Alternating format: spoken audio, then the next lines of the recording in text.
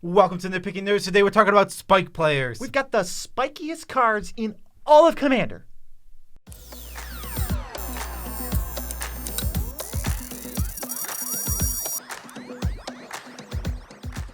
I'm your host, Joe Cherries. And I'm your host, BZ, and that makes us the Nitpicking Nerds. I usually don't say and, but this is the channel where we make Commander videos every single day. And if you want to support us, the best way to do it is to go to Patreon. It's in the description. You click the link and then you can support us any number of ways. Actually, the number is 7 different ways. Yes, and also you can go to tcgplayer.com, affiliate link in the description below.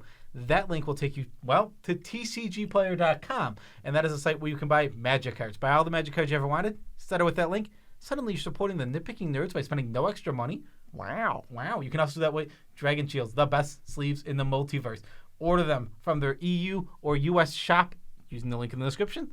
Boom, no extra money, supporting the nerds again. Oh my God, storming off by supporting the nerds. This is going to be the first video in potentially a series where we go over the 3 main Magic player profiles. There's Timmy, who likes big, splashy, crazy creatures and spells. And then there's Johnny, who likes homebrew decks and building his own combos, or her combos. And then there's Spike, which is what we're talking about today, that I will read very shortly. Just before we get into it, Spike kind of falls into a similar category. You know, if it was a Venn diagram, Spike would overlap a little bit with CEDH, but this is not inherently CEDH. We're going to read Spike right now. A spike is characterized by their competitive nature, and they play primarily to prove how good they are. Spike will find the best deck in the format, even if it requires copying another innovator's work. Spike's cards are effective, designed to secure a fast and effective victory over opponents. If Spike plays several games and loses only one, but feels they should have won it, they may be malcontent. That's just a broad definition of spikes. A lot of people don't have all those characteristics. Some of it feels a little out there, but majorly it's like players who play to win. They don't really care about their deck a ton. They're just like, okay, I'm here to win. I'm trying to win. And now there's some of that in CDH, but not every CDH player is also playing to win. So these cards encompass some cards that see CDH play, but all of them see play in like regular EDH. And before we hop in, I want to say playing any of these cards doesn't, one, inherently make you a spike. Being a spike isn't a bad thing or a good thing. It's just kind of its own thing. And like guys, I play a ton of these cards. I would never identify myself as a spike. I probably play 10 to 20 of these cards on this list of 50. It's like when we see them, we go, ooh, that's kind of a spiky card. All right, well, we also have a list of like 50 cards, and we cleverly use some randomizers so that they're in just complete random order. The first one is a tie between 3. It's Gitaxian Pro, Street Wraith, and Brainstorm. This is like your hyper cheap 0 or 1 mana cantrips that basically just make your deck less cards. Yeah, I mean, you can put Ponder in here. The kind of cards that are okay in most decks. Yeah. But in a very, very focused deck where every single card is optimized and very good, these cards are amazing. Your deck is 1 less cards with Gitaxian Probe and Street Wraith. Mm-hmm. You literally play them for 2 life. You draw a card. That's all that matters about the card. And guess what? That's going to be good enough in a deck where every other card is amazing. Yeah, I mean, in like a high power Kero deck, which I have, it's like, I'll just pro Street Wraith, then my deck's just 1 less card now. It's like, that's not even necessarily a tiered CDH deck. But hopefully now you see what we mean. And with Brainstorm, you know, if they're playing Brainstorm and then fetching, you're like, all right, okay, I know what's going on here. Yeah, and I mean, that's a pretty strong thing. And in one-on-one formats, that's busted. It's completely insane. But like in EDH, it's just that's a really good thing to do if your deck is hyper competitive. Yeah, exactly. Next is Food Chain. You know, if you see Food Chain at all, there's combos, there's synergies, there's like, you're going to lose if Food Chain stays in play. So if you see Food Chain, you just have to kill it because there's no player out there with Food Chain basically going, all right, I'm going to sack my token to make 1 mana. See, I disagree. There's no synergies. This card is just a combo piece. I think this card is bad and often provides you with almost nothing unless you're comboing with it. Then it's obviously an amazing and strong card. I mean, it's just because it's such a combo card, you're only ever putting in 2 to those combos to win the game, and it feels very spiky. Very winning. Like, it's a very winning card, no matter what power level you're at. Next is Tolerant Sky Summoner / Brawl Chief of Compliance. You know, a lot of spike players, when they first get into Commander, they kind of just go, okay, well, maybe I'll do the permission deck, and this is like, these are the 2 marquee commanders for the counter all your stuff deck. Yeah, they come off as so spiky. I mean, if you play Tower and then you leave up the backup counter spells, counter, get a 2/2, counter, get a 2/2, counter, get a 2/2, until you have an unstoppable army, and it's just like, both of these decks are all counter spells. That's if you look at a Baral deck and you look at a Tower deck, they're going to have 10, 15 at least counter spells, and that's crazy. And it's any budget and any power level for these two. Like, definitely, you can see them anywhere. Number 4, Pemin's Aura and Freed from the Real. You know you're just dealing with, like, a Spike player if you've got Pemin's Aura Freed from the Real, because they're going infinite with something. Any creature that taps for more than 2 mana, one of which is blue, these cards go infinite with. They make infinite mana. Yeah, these ones are just funny to me. They're again, they remind me of Food Chain, where it's like you're just not going to see them in decks unless they're comboing, and they're insane in those decks. They don't really do much otherwise. Sure, you could be the fun guy who wants to put a Pemzor. Phoenix. Phoenix, I was thinking you put it on your Godsire, make an 8/8, untap it, make an 8/8 with all your blue mana. Sure, you could be the guy who does that, but that's very rare, and it's much more often that you're going to see these in a deck where they're just going to be infinite combos. And also, what deck are you playing? On your Godsire in every color but black? Shut up. We're playing, what's the every color but black commander? Gay Kings, but it's untap synergies? Yeah, okay, there you go. You just figured out the deck. We just figured it out. Next, Protean Hulk. If there's a Protean Hulk on the opposite side of the field, I know not to just Doomblade it, because I'm going to lose the game. It is a lethal 1 card. It's funny. There's so many like this where you just, if I see it, I'm like, that's it. That he's trying to win the game. There's an infinite combo. I've seen some players play it for the value. Yeah. I've seen it few and far between, because most of the time, that's a 7 mana. When it dies, I lose. Yeah. I lose to that player, and that player just wins. That card, it's such an incredibly strong card, and this one just screams like spiky, like the most spiky, one of the most spiky cards. I'm here to win. I'm playing to win. This is one of the most efficient ways to do that. Next, this one is just every single effect like this. Yeah. Don't ask about them because they're all here. Stacks pieces. Some people decide the best way to win or the easiest way to win or the most winningest way to win is just lock everybody else out of the game. That might be true. I don't actually know how winning stacks pieces are, but they are definitely spiky cards. I think something about stacks pieces is there's this feel of like Spike players sometimes value the win over the fun of the others. Sometimes. And I'm not saying this is inherently true or everybody does this, but that's what the stacks pieces kind of encompass, where it's like, I'm going to win. My goal is to win. I'm going to do it in this way, and I don't care if you're having fun or not. Now, obviously, usually they have the players agree at the table before, and they're not doing anything wrong, but they are putting winning above the idea of like what is, fun. It's obviously in quotations. If this video was a baseball diamond, you would have no idea where to run because our bases are covered now for these disclaimers. We got it. I think I covered that one. I think we did it. This one's easy. Oh, yeah. This is like I feel like it's like the level 0 Spike player when they are first introduced to Commander. They're like, oh, 40 life, huh? But what if I played Sora Markov and Magister Sphinx and just took you out right there? It's like, yeah, that's kind of the level 0 way to go. Turns out there's actually way easier ways to do it. But I feel like this is one of the first ones people always go to, and they're like, oh, this will be way easier if I just put you to 10. And I hate these cards personally because I don't think they're actually that good, and I don't think they're that fun, so they just never make my decks. But I do see them, and they are annoying at least. Yeah, I don't really have an opinion on those, Joe, I'll be honest. They're definitely they're like low power spiky in my head. They don't come up as spiky to me, but I do not like those cards. I actively hate them. Yeah, you hate them. Yes. Next is Tooth and Nail. When someone casts a Tooth and Nail Entwined, you either counter it or you interact with the creatures coming out, because guess what? It's always, it's Kiki Jiki, it's Zealous Conscripts, it's Kiki Jiki and something else. It's a million different 2-card cards. It's Mike, it's Mike and Trike. It's something along those lines where if that resolves and you can't interact with the board, guess what? It's over. Game over. Get ready, basically, when the Tooth and Nail's on the stack. Next, another cards that actually probably fall into the 0-mana cantrip aisle. It's Mishra's and Urza's Bubbles. They're 0 mana. They just replace themselves almost right away. They trigger artifact synergies. I love these cards. I play them all the time. And I think they definitely are kind of spiky where you're like, what? This is Commander, you're doing that? It's like, yeah, that's crazy. I think these ones are why they're different is they're more in the artifact decks. This is a different kind of card, and you see them in certain decks, but they're slow cantrips, and they require to have a decent amount of synergy, but they feel so spiky. It's like, what? It doesn't do anything. The card basically does nothing. It says draw a card at the beginning of the next upkeep, but it's an artifact. But it gets me closer to my win con. What is that? And then that just makes it feel so spiky. All right, 10. You knew these were coming. Free interaction. 0 mana interaction, especially. I get way more spiky vibes, especially from the 2-for-1s that you have to like force of will yourself. Exile cards. But that's card disadvantage. But it's protecting your combo, and it's just way super efficient. Force of negation, same way. Force of vigor, 0 mana 2-for-1. 0 mana 2-for-2, sorry. And Solitude, another get out of jail free. You thought I was tapped out. Gotcha card. Yeah, the ones I really get, if I'm forcible force negation, like you said, deflecting swat and fierce guardianship. Those 4 really give me the ultra spike vibes. The other ones, yeah, I get the same kind of feeling. Like force of vigor, it's you got to have that free interaction, the low cost interaction when you're playing those high power games.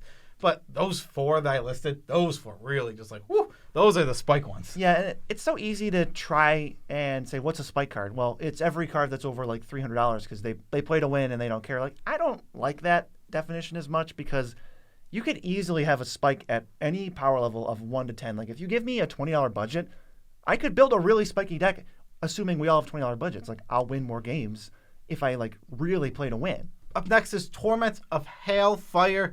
I mean, this is pretty simple. This is the best X win con. If your deck is big mana, you're making lots of mana, and you're looking to convert that into a win, Torment of Hailfire is absolutely always the best way to go.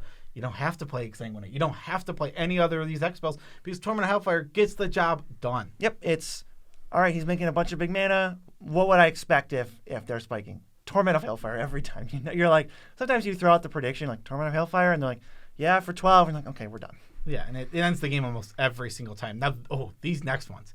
These might be some of the spikiest to me in my head. Like, it is Grand Abolisher, Teferi Time Traveler, Silence. This, like, 3-card combo of, they basically say, you can't interact on my turn. Meaning, you play the Grand Abolisher, and guess what?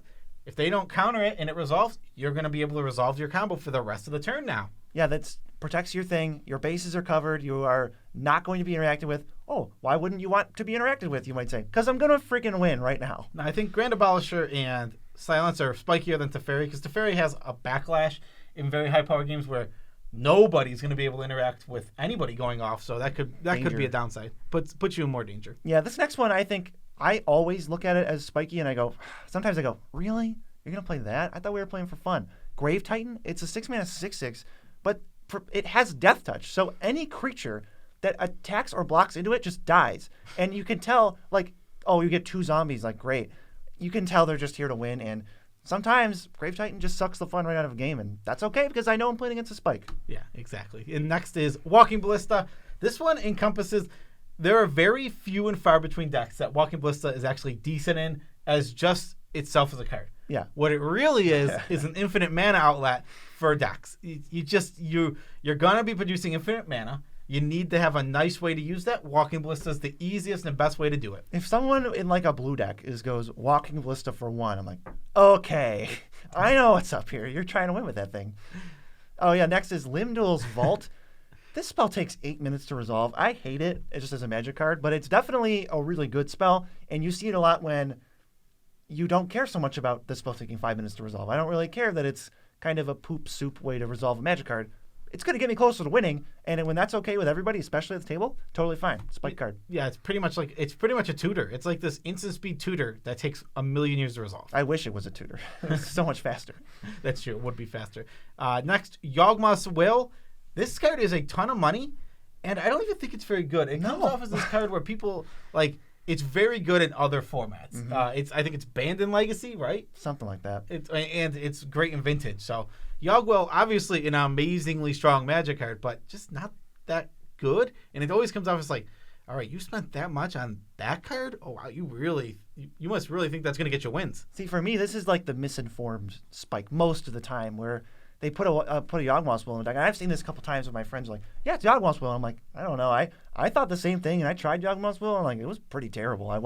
You have to be like exactly storming, or it doesn't do anything. Yeah, completely fair. What's next? You got to watch out for these. Even after the Hull Breacher ban, it's Narset, Parter Veils, and Notion Thief. They're going to get you. They're going to get you so hard, and I don't care that you are not going to be able to play the game. You're done, and I'm going to win. Yeah, and especially when these are combined with wheel effects. You know they're going to be combined with wheel effects, so you just lose the game. That 2-card combo, what feels so miserable about losing to it is that you don't just lose. You have to scoop and say, okay, I'll quit playing, or you can keep playing and grind out this miserable game. Yeah, I'd rather just scoop. It's like, you got it. The 1% to me is the 1% chance that I win, and it's like, it's not worth it. You basically win. I respect that enough. It counts as a real win for me. Yeah, and then speaking of wheels, Wheel of Fortune, Time Twister, Time Spiral, all these cards just come off as like very spiky if you're not in a wheel deck. That's what I see, yeah. Obviously, if you're in a wheel deck, yeah, these are great. You want to play wheels in your wheel deck, but when your whole deck is like, the really strong like CDH level decks where they're gonna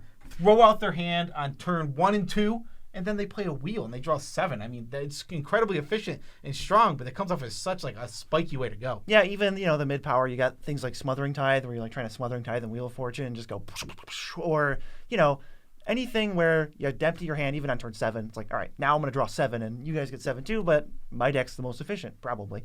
Next, Underworld Breach, classic combo card, but even also just insane value card. It kind of gives your spells flashback. It's like good Yawgmoth's Will.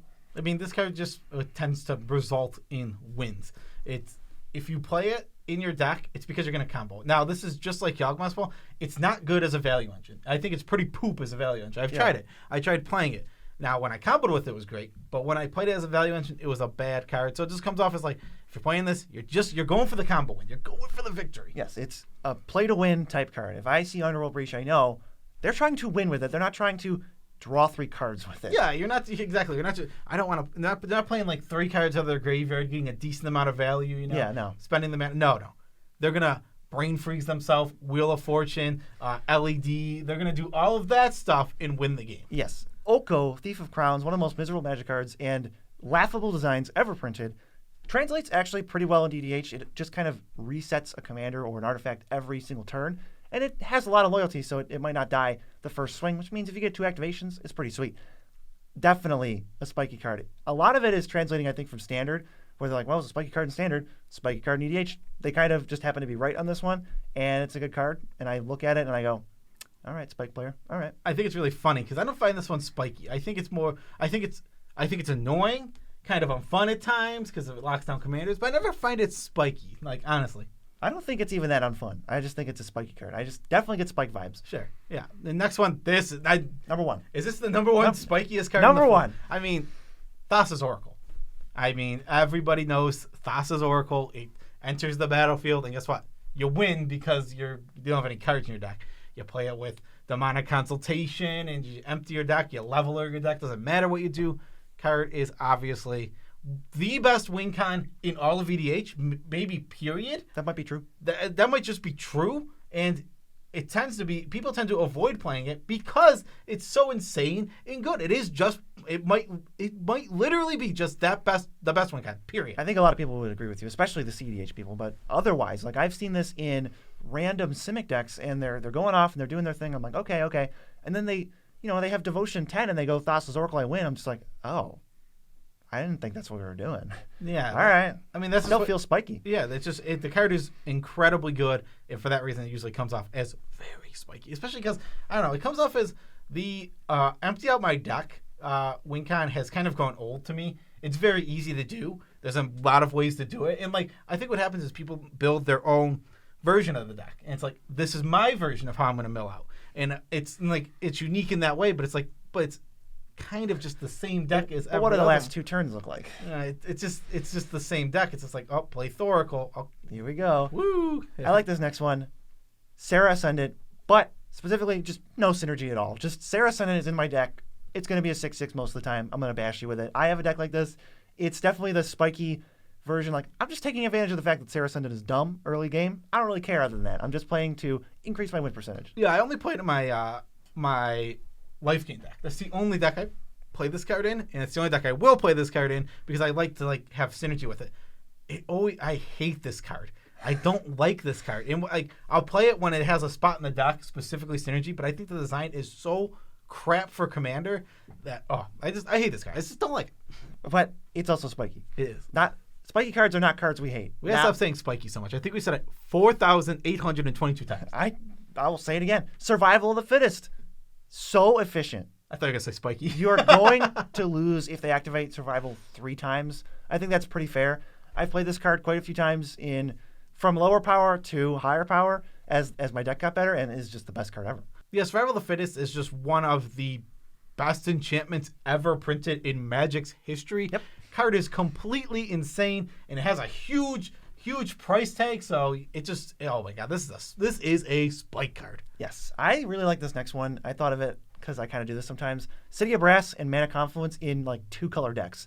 You are going all out to make sure your deck is as efficient, as smooth running as possible, that I'm going to get those extra 2 percentage points by turning 2 forests into City of Brass Mana Confluence. Even though I'm taking damage, it's just the from 99 to 100 spike move in any deck. Yeah, I agree. I mean, these are $30 cards each. Yeah. For the lowest little percentage points that but your 2-color deck doesn't need it, but it is better. It is definitely right. If you have the money and you can build the mana base as good as possible, every 2-color deck is playing City of Brass. It's playing Mana Confluence. That's how EDH would look if there was no budget restrictions. Oh, yeah. Up next, Green Sun Zenith. Now, if you're playing this card, you should 1,000% put Dryad Arbor in your deck because it turns Green Sun Zenith into a mana dork for the early turns.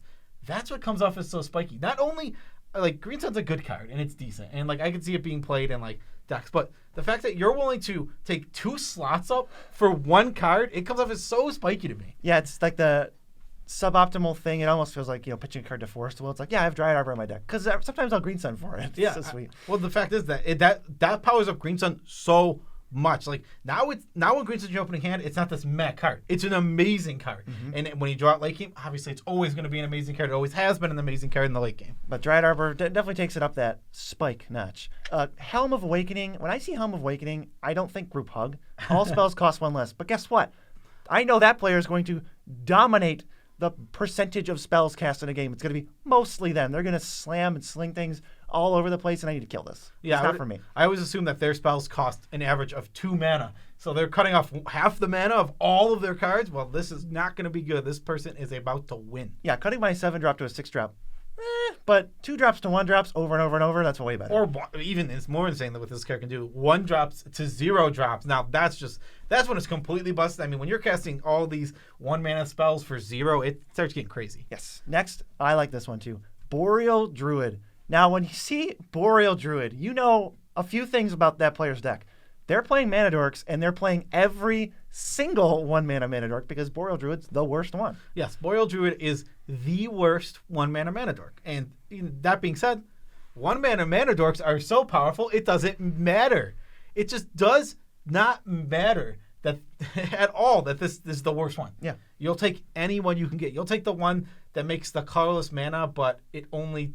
I don't know. I don't even... Deals a damage to you. It deals a damage to you and it makes a colorless mana. But you would still play that one, especially when you're trying to win. You're trying to be as spiky as possible. 1-mana Mana Dorks are insanely powerful in EDH. So good. And Joe, you said Bloom Tender also falls under that category? I mean, this one I could just be wrong about, but it always felt that way. Me too. Whenever I see a Bloom Tender, I'm like, oh man, that deck, that's a really, focused deck, and they're trying to win and they're really going for it. There's nothing Timmy about it. That's how I always feel about the character. Even like that Bloom Tender that just taps for 2, I'm like, kind of spiky over there. Yeah, well, a little spiky. Playing to win, are we?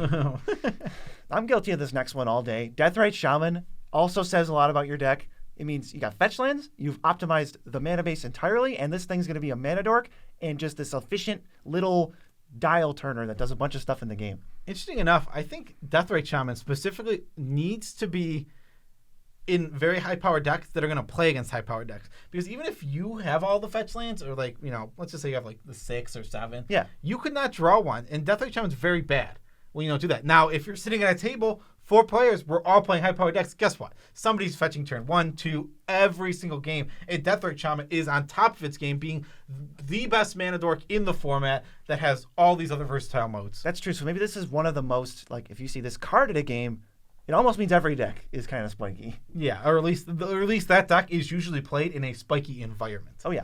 Next, this is one of the spike generals that encapsulates the fact that spike can be any power level for me. It's Tasigur, the Golden Fang. I've got a couple spike buddies who just kind of built this.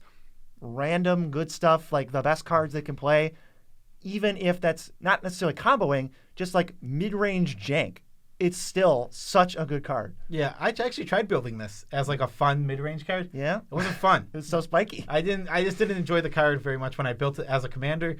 Yeah, I agree. It does come off as very spiky. This is always 1 mana. It's so easy to cast. I mean, the card's very good. It's actually next level commander spiky because it takes advantage of politics in a way that most other commanders don't.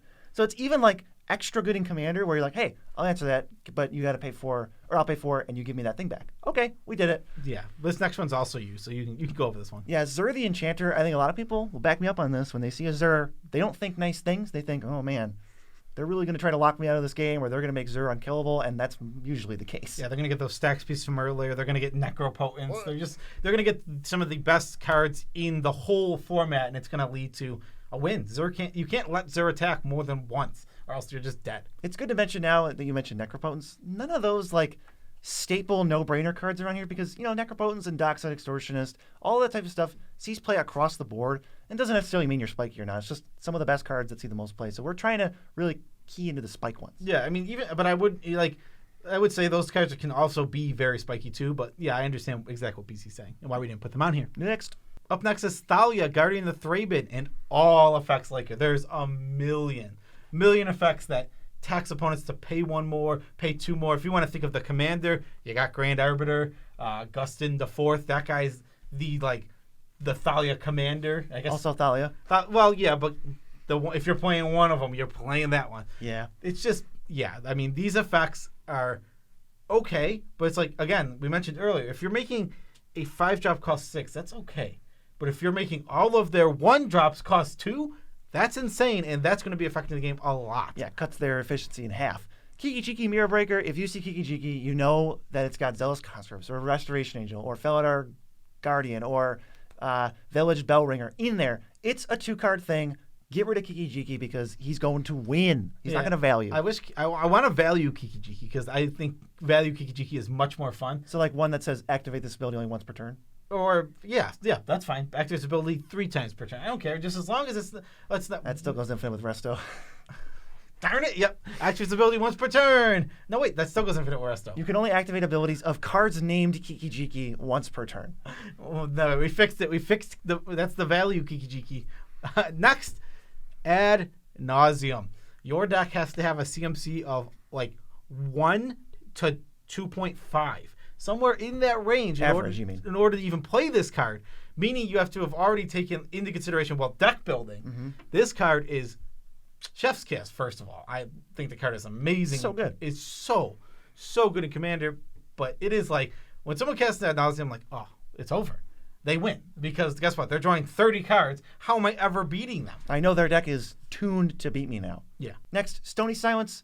Collector Oof, Karn Great Creator, they're pretty stacksy. They kind of fall into the stacks category, but I thought they were different enough that I definitely see a lot of maybe people who are spiky, and maybe me when I'm trying to be spiky, play one of. I play one in my Enchantress deck because it's I don't have any artifacts. I don't care. Yeah, it's interesting because I think the cards are just okay in the average power level, but if again, I feel like these cards, they increase with how spiky the decks around you are.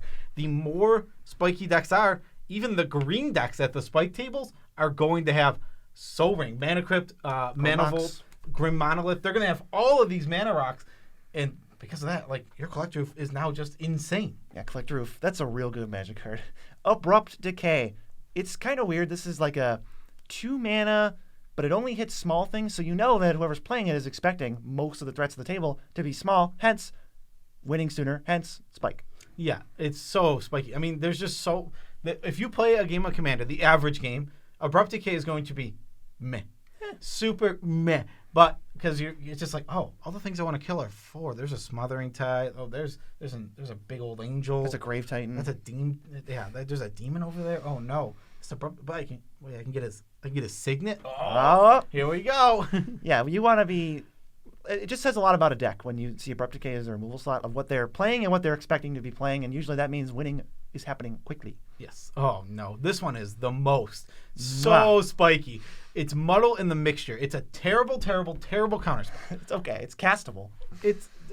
I mean, it's very narrow. Yeah, you're right. I'm being over-exaggerating. It's a bad counterspell. It is a bad counterspell. It only has instants and sorceries. It's blue. It's mana intensive. But it has Transmute for 1 blue to go get anything with 2 CMC. This goes in your Dramatic Reversal Isochron Scepter decks. Mm-hmm. It gets both parts of that combo, and that's where you're going to see it most of the time. This card is just, a 3-mana 2 is not even very good. I don't even think this card's crazy, but it screams if they go transmute my muddle mixture. I'm like, all right. Now, I wonder. I expected that. Oh, here comes the Isochron Scepter. Here comes the dramatic reversal. They're going to reveal it. I'm going to see it. I know it's coming. Next, rule of law. We're stopping players from casting spells because our deck can do it best. And guess what? Now you're going to lose to me. Yeah, there's rule of law. Deafening Silence is another one of these cards. There's also the creature. Eidolon of Rhetoric. Eidolon of Rhetoric. All these cards. They're very good in draw go decks where you don't really need to cast more than one spell a turn. But they're like especially Deafening Silence. That is such a high power card. You put it. It's a non-creature in your creature decks, and you don't even care because it's that good in those decks. It's one-sided stack space. You're never going to have a turn where you cast two non-creature spells. Next, Natural Order. Talk about tutors. Tutors see a lot of play, but this is like a specific tutor that in the high power but non-CDH decks is just going to wreck people way ahead of schedule. If you want to get Craterhoof Behemoth, okay, now you get Craterhoof Behemoth on turn 5. So if you establish a board state, someone's just dead. Yeah, this can be played as a value card for sure, Natural Order. And I don't think I've ever done it, but the problem is you have to sacrifice a creature, so you have to have a deck that has extra tokens, then also has big creatures. It always just comes off as like, it usually is a win con. I can get Protean Hulk. It's just a great Magic card. I mean, come on. The Natural Order is going in every top tier, like, want to win green deck, right? Yeah. Same with Sylvan Library. Such a spike card to me. When I see Sylvan Library, we've talked about how it gets better the quicker games end. The slower game goes, I don't think it's going to be giving you as much value. But when you can just pay 8 life twice and then win, now that's what we're talking. It's a ridiculous Magic card. So Sylvan Library screams early games, play to win, like high massive like combo potential, slinging spells, trying to win. Yes. Next, Urza, Lord High Artificer. I think this one comes from the early days of Urza. I think that this is more of a feeling than necessarily being inherently true. It's just a very good Artifacts Magic card. But when he first came out, it was the most overhyped card ever. Oh my God. Everyone was so overhyped. On the train. You don't want to have friends, play Urza. Urza is lame. And Urza is a great strong commander with lots of combos in it. But I think in the 99, this card's fair. Now as a commander, it always looks like it's like, all right, an Urza deck? Wow, I wonder how fast he can win. Turn 2, maybe? Yeah, it's also, if you're playing a janky deck that Urza just fits into, maybe ties things together and helps increase, the efficiency of the deck, and you play it, that's like your first spell you play, people might get the wrong idea from your deck, like it's that good. Yeah, it is. And like, you're trying to play what? Clue Tribal? No, there's an Urza. Yeah, exactly. Brain Freeze. This one is funny to me. I think, to me, one of the spikiest archetypes is Storm. It always comes off as such a spike archetype. It's like you're going to be gold fishing, you're going to be taking really long turns, and it's going to result in the win, no doubt. But it always feels so spiky. And I don't know, that's just might be a personal opinion and how I feel about the archetype. But Brain Freeze in particular, this card stinks.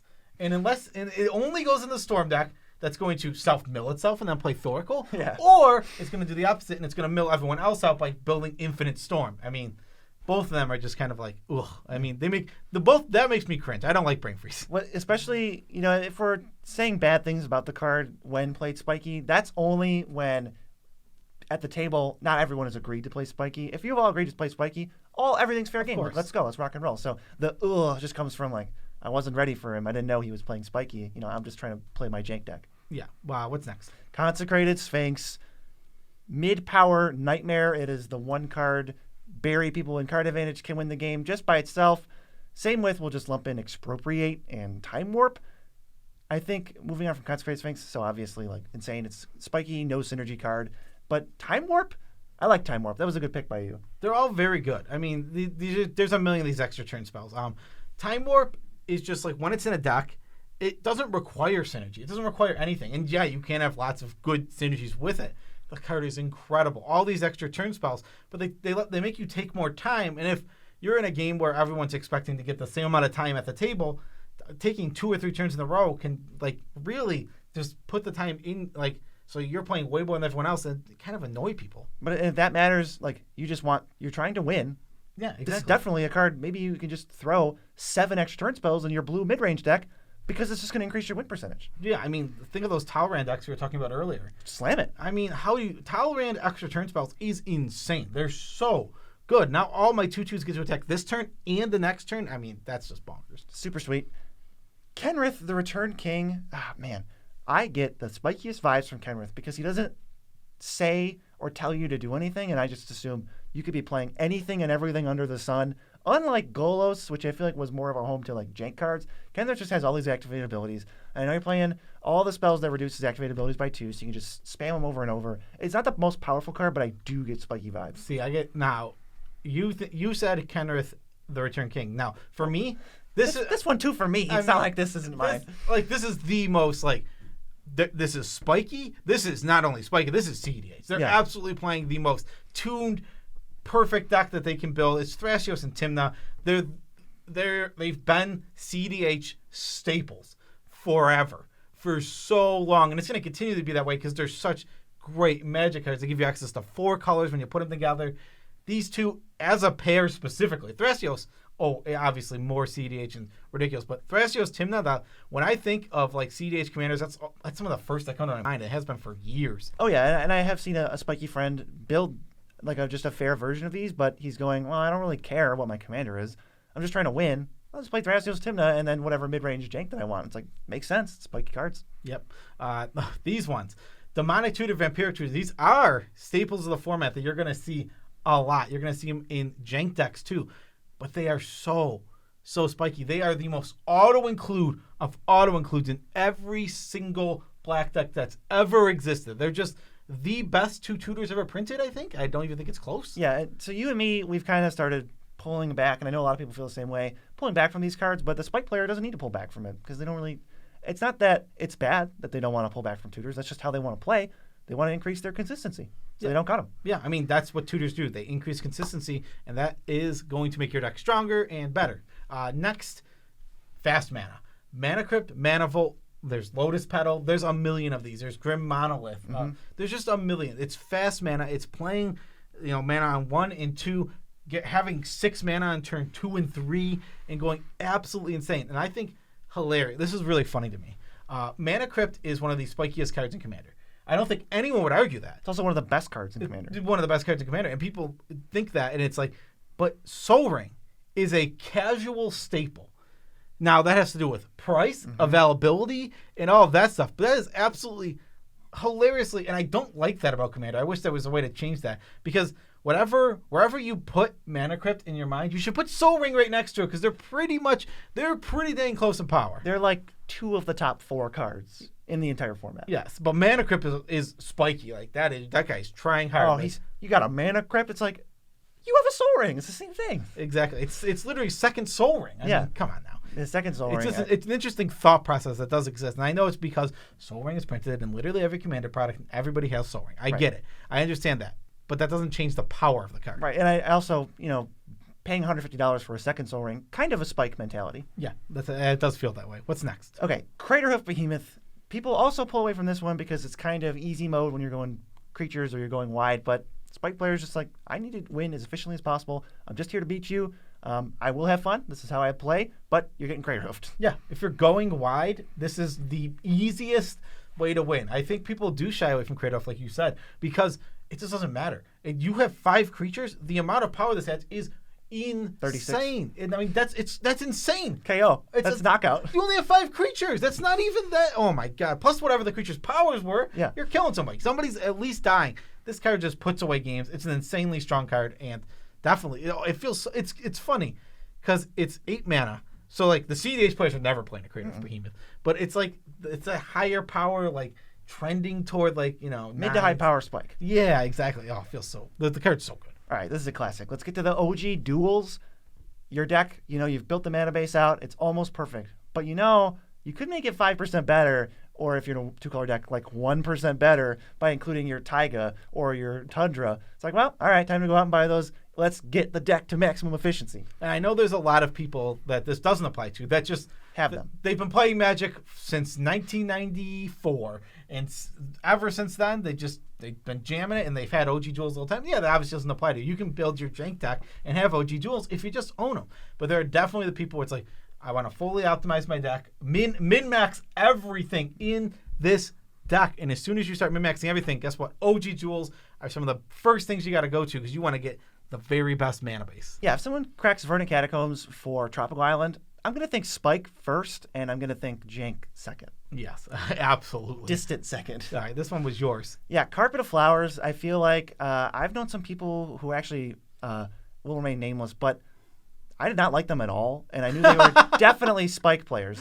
but that was independent of the fact that I didn't like them. But they played this card because they just thought they were like getting away with something, like it was some secret free way to win. Now, obviously, this is like toxic Spike, but it just translates right over to the Spike of, hey, I'm going to get a couple extra mana. People are going to be playing blue. I'm going to use this as a better mana dork. Yeah, I mean, Carrot and Flowers is totally fine in Commander. I don't like cards like this. I never want to play a card that has a potential to be actually factually dead. That's just my opinion, especially if it's only one color. Now, if it hit 2 colors, I'm always interested because those cards get a lot more interesting. Either way, I'm not interested in Carpet of Flowers, but I definitely think it is a Spike card. It always, when I see it, I'm like, that's a strong deck. That's got to be a really strong deck. Playing a lot of 1-mana cards. As this random side note, people, because I know when you said, oh, it's dead against certain decks, the first thing I thought of was the argument of, hey, you can just discard it, build a deck that can discard it, and then you can play all those cards. Maybe we should make a short about why that just doesn't make any sense. That is not like the fact that you can loot something away is not a bonus. If you have Faithless Looting in your deck, it doesn't defend the potential of playing something like a Pyroblast. It doesn't. But you can loot it away. We'll talk about it later. Maybe it'll be a short incoming. All right, next, Sensei's Divining Top. This can go in every single deck ever made for Commander, from CEDH to as low power as it can get. This card's super good. It is the best way to filter through the top of your deck. It makes sure you're always drawing the best card of the top 3. Great with shuffle effects. This card is insane. It fits everywhere in Commander. And because of that, because it can just go in any deck and it doesn't really matter for synergy, it comes off as just this very, very much like you're trying to win when you're playing Sensei's Divining Top. Yeah, synergy takes a backseat to Sensei's Divining Top, almost always. And there's something so satisfying when the Spike player keeps like the mathematically right hand. The hand's a keep, but they keep it and they get locked out of the game because they were relying on fighting a land in the top 3. Yeah, that happens. Sucks to suck. Definitely happens. Been there, done that. Brainstorm locked myself. Sensei's Divining Top locked myself. Whatever you want to call it. Yes. Next and last, the final one, Mystic Remora. Rhystic Study feels more of a staple to me, but when you got Mystic Remora and Rhystic Study, now we're starting to I feel Spiky, you're trying to get the max value out of everyone casting stuff.